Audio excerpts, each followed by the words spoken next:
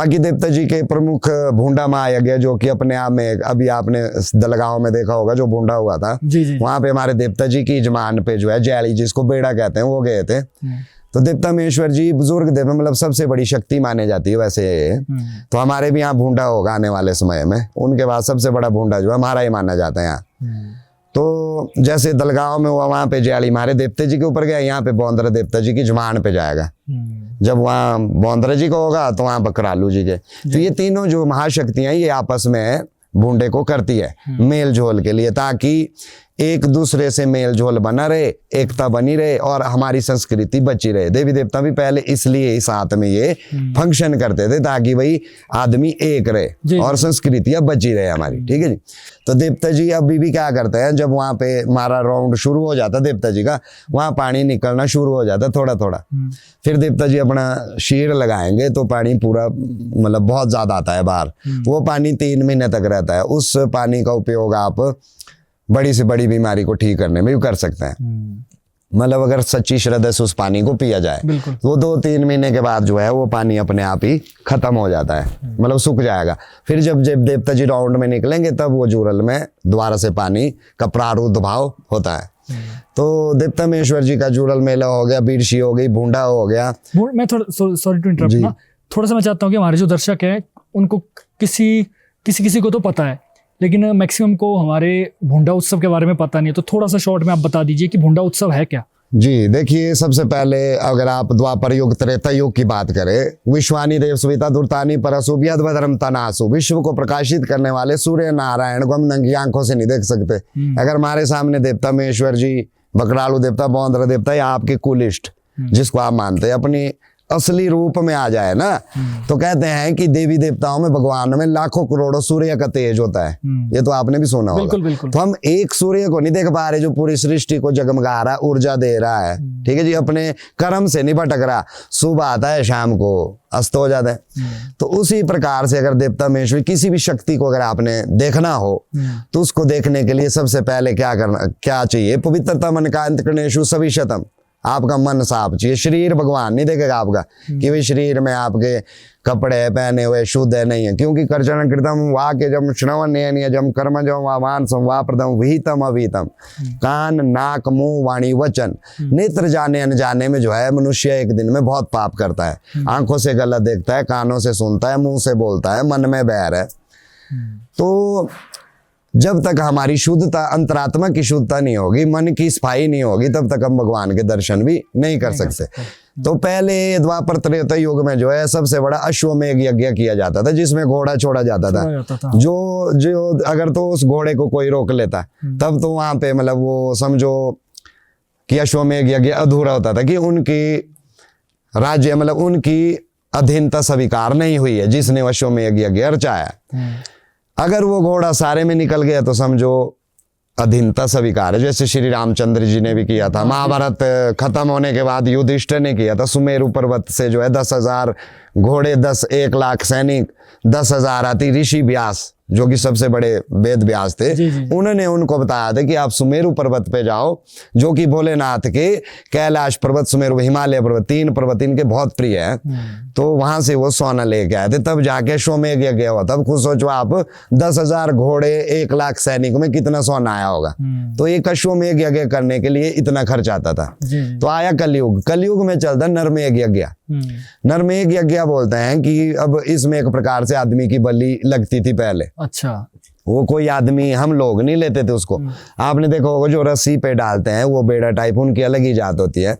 तो कई बूंदे ऐसे हुए हैं पहले जिसमें कि उसको बीचों बीच से ही गायब किया हुआ है कालियों ने। अच्छा। मतलब वो नीचे पहुंचा ही नहीं, मतलब बीच रस्सी से ही उठा लिया हुआ है। तो ये कालियों को शांत करने के लिए या पहले की जो जितनी भी नेगेटिव ऊर्जा होती थी, चाहे आप राक्षसी ऊर्जा रख लो, भूत की ऊर्जा रख लो, प्रेत की ऊर्जा रख लो, तो उन सब चीजों को शांत करने के लिए और एकता बनाने के लिए, आपने देखा होगा भी हमारे पीछे बूंदे में 1-2 लाख आदमी थे। ठीक है जी।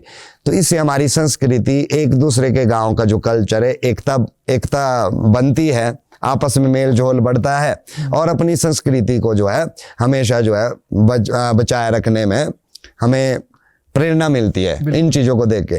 तो भूंडा महायज्ञ को करने का जो मेन पर्पज हमारे बुजुर्गों द्वारा रहा हुआ है शांति का प्रतीक, ताकि आने वाले कम से कम 20-40 सालों तक साल फसल ऐसी हो, अच्छी हो, किसी को कोई बीमारी न लगे, महामारी न लगे, और कोई लड़ाई झगड़े न हो, कोई बड़ा एक्सीडेंट ना हो। जितनी भी आपदाएं आती है जिसमें आप बोलते हैं कि भाई यहाँ आपदा आ गई, यहाँ पे भूकंप आ गया, वहाँ पे ऐसा हो गया, इन सब चीजों की शांत करने के लिए नरमेघ यज्ञ करते हैं देवी देवता।